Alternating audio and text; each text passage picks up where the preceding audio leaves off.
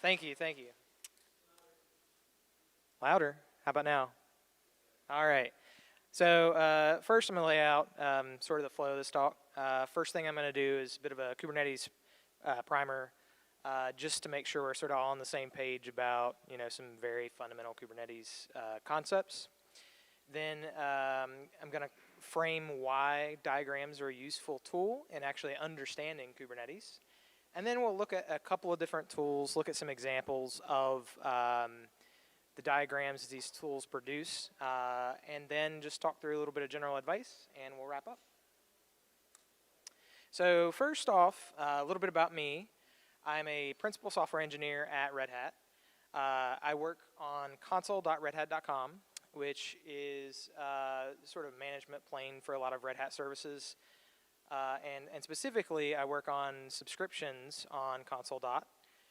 And I'm the tech lead for some of the subscription analytics services that we have there. I'm based out of Raleigh, North Carolina.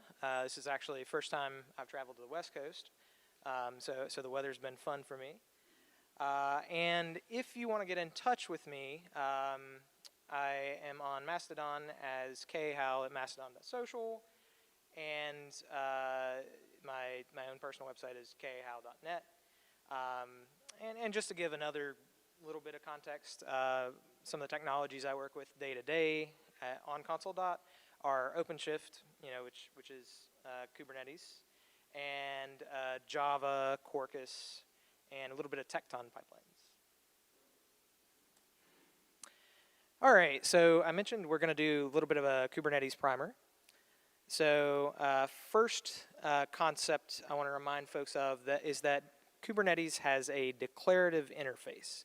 And what I mean by that is that when you're working with Kubernetes, you give Kubernetes a desired state, and you're essentially asking Kubernetes to sort of make it so. Second thing is that the language that you're doing that in is declaring API resources.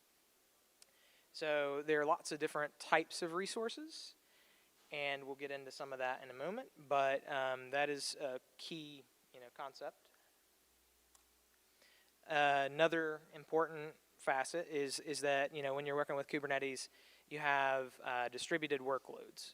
So the biggest consequence of that is that the cardinality of some of these resources grows pretty quickly.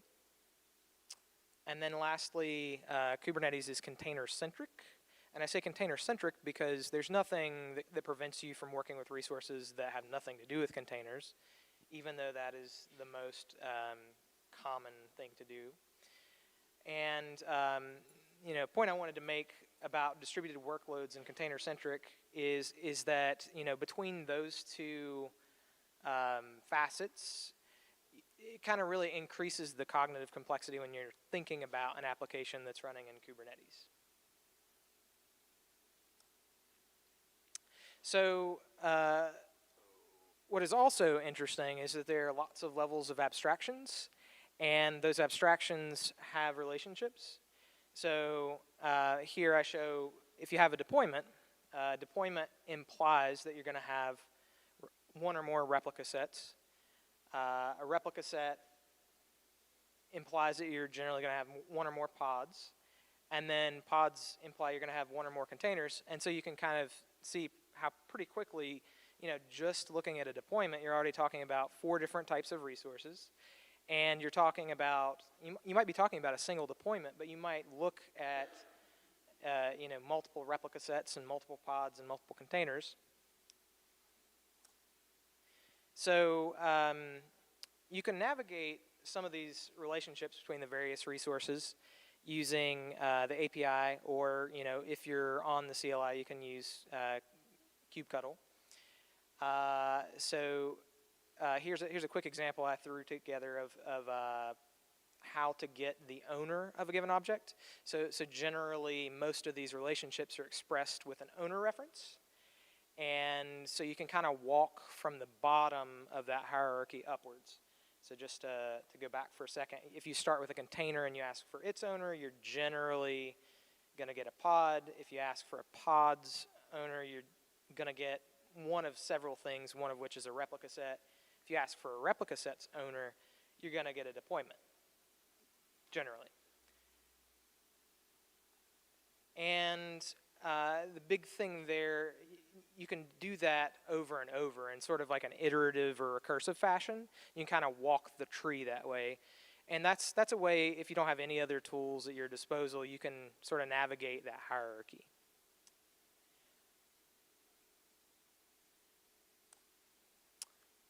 If you are using an interface to Kubernetes that has a GUI, oftentimes they will expose the owner reference field with a hyperlink. So here is a quick example of in OpenShift. If you pull up, I think in this case I was looking at the pod. You can see that on the pod it gives a reference to its owner. And you can sometimes also go down a level. So you might be thinking to yourself, okay, well, there is this graph-like representation that's sort of apparent in the fact that you have these relationships that you're navigating. And hopefully it's obvious that, when you're looking at a graph, that is something you can see visually. So there's a pattern that I've seen implemented in a few different tools, and it's a quite useful pattern. And the way the pattern goes is first you query some resources and sort of gather data. You're specifically looking for resources and their relationships, and then you use that information to draw a graph. And so you're essentially converting resources and relationships into graphs, nodes, and edges. So first tool I'd like to talk about a little bit here is one called Kubernetes-based. Kubernetes-based is a standalone tool written in Golang. Easiest way to get it up and running is clone the repo, do a build, and then there's an awkward little bit where it uses some icons, and if you want to use the icons, you need to manually copy those over into the build directory. Using Kubernetes-based is pretty straightforward. So you invoke Kubernetes-based, you give it a namespace to look at, and then you give it a type and an output file name. And Kubernetes-based is really sort of geared towards GraphViz. So you can either output the GraphViz source, which is that -t dot, or you can generate a PNG file, and all it's really doing is asking GraphViz to do the conversion to a PNG file underneath. And I did an example with these. You'll notice I put in my example command, keycloak system. I took the keycloak operator, I deployed that, and then I asked Kubernetes-based to give us a graph of what that looks like. And here are the results. This works, but it's kind of hard to read, especially for a presentation, because it's tall and the screen is wide. So there we go. So what I did there, the magic behind the curtain, is I took that source and I tweaked it a little bit. I changed it so that the layout would be left to right. And I also increased the font a little bit so that that's hopefully readable. And you can kind of see pretty quickly at a glance here for a deployed keycloak instance. You've got deployment for the keycloak operator that has replica set, and then that has pods. And then what is also interesting, you can see sort of how the network plays into things, in that you'll see like a service resource, and you can see what that points back to. And seeing this all visually at a glance is pretty nice. You'll also see here that there is a stateful set called example-kc. That's just the sort of bog standard demo. Keycloak deployment created that. One thing that is missing here, one resource is not represented, is there's a custom resource for for Keycloak instance in general, but just in talking in terms of like raw Kubernetes resources, this is a good way to just see at a glance, what you're working with. You also see here like the ingress that gets created for the Keycloak instance itself. So again, you get both the resource relationships in terms of workload, and then also you get some of the network resources and how those relate back to those compute resources. So I quite like this. This is one of the first things that I'll do now if I am working on an application I'm not familiar with. I'll run this tool, or I'll show another one in a moment. As I mentioned, it doesn't support custom resources. That's one thing that I think could be contributed back to this particular tool. Packaging is another area. I mentioned before it's a Golang project. Not ideal to have to make and build a tool you want to use regularly.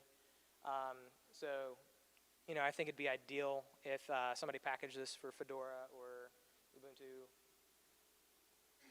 I mentioned before that I edited the graph that it generated in order to get something that was a little bit easier to present. Layout and font options would be neat. I think there's definitely room for someone to take a tool like this and contribute that back, or to build a tool that uses the same concepts and gives a little bit more flexibility. Filters would be nice because sometimes you're looking at a namespace with a lot of stuff in it, and you really only care about a narrower range of objects.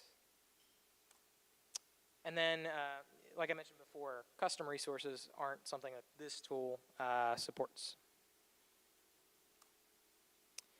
Another thing that's not well supported is this requires you to actually point the tool at like a live Kubernetes instance and a live namespace. It'd be nice to take a tool like this and teach it to look at Helm charts or customize so that you don't actually have to deploy the thing that you're trying to visualize. So I went searching and found another tool. So this idea is actually pretty straightforward. So lots of folks have kind of gone out and they've said, I'd like to implement, a quick little hobby project. So another one I'm going to show you is kubectl graph. One notable thing about it is that it's distributed as a crew plugin. So if you already use crew, you can actually just very quickly use kubectl crew install graph, and you're good to go. And it works a little bit differently. The way you invoke it is to ask it to graph a set of resources. So you're actually telling it specifically what resource types you want to see. And you may notice, if you're paying attention, that it does actually support custom resources. So I asked kubectl graph to show me Keycloak, deployments, replica sets, and stateful sets. And here is what you get if you ask it to output graphviz. So it's a little tricky to read, but it starts with the cluster. So this node is actually the root. This is api.crc.testing, which is the name of my OpenShift cluster. And then you get the namespace, and they're using here, I thought this was a quirky sort of convention, but they're using the edges, they're labeling those with the types that the nodes are naming. So it's a little awkward to kind of walk through, but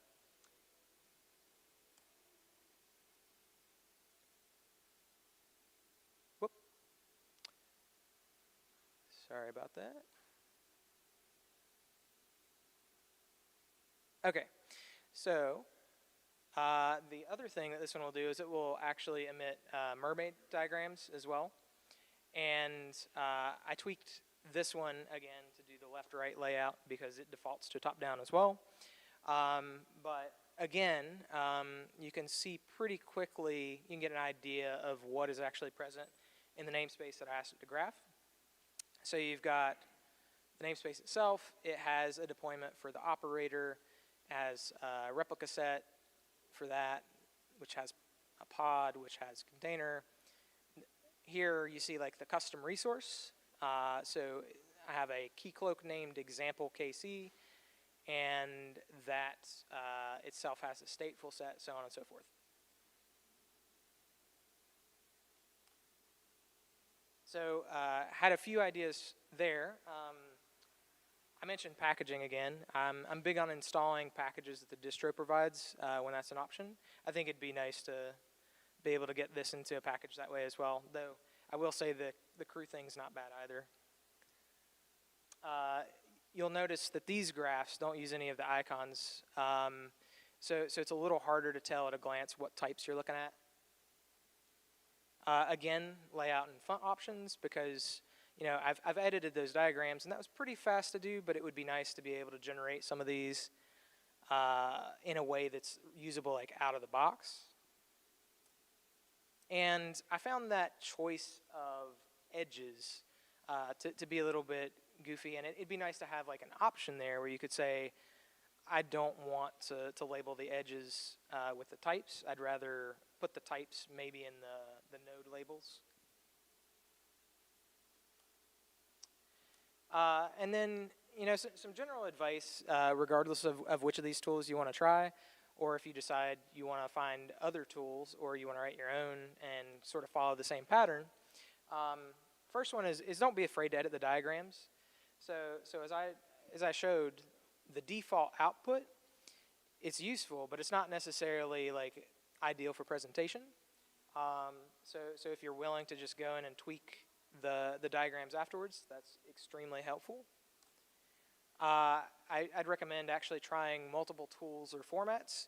So you noticed before, especially with the kubectl graph, that it supports both GraphViz and Mermaid. I find the Mermaid diagram a little bit more readable out of the box, so that was a nice little surprise for me. And want to do a quick plug here for Red Hat Developer. Specifically, I showed OpenShift earlier. If you're interested in trying OpenShift and haven't yet, you can go developers.redhat.com and check that out. And with that, I'll open it up for questions.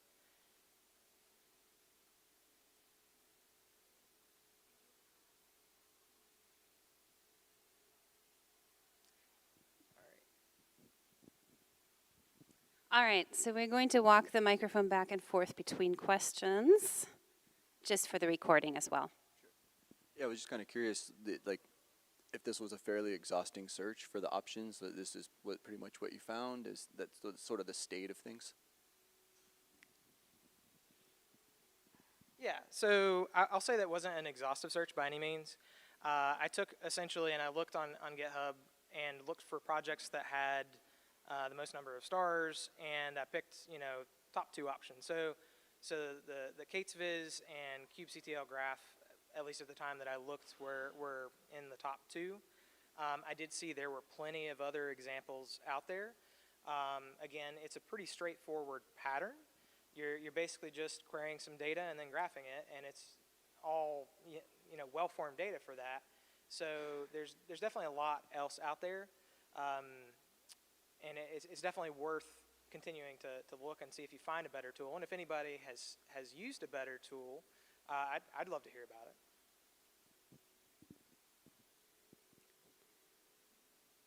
Don't be shy. More questions? I can run. It's fine.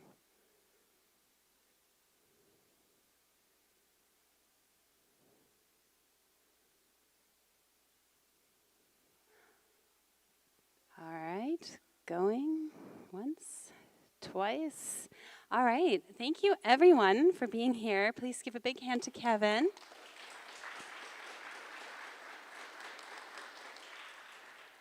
Thank you all. And if you have any feedback for me on the slides, or, again, I'm interested if anybody finds any better tools, I'd love to hear about it.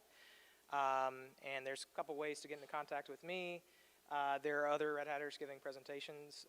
That QR code and URL have more details. And thank you for your time. Thanks for coming.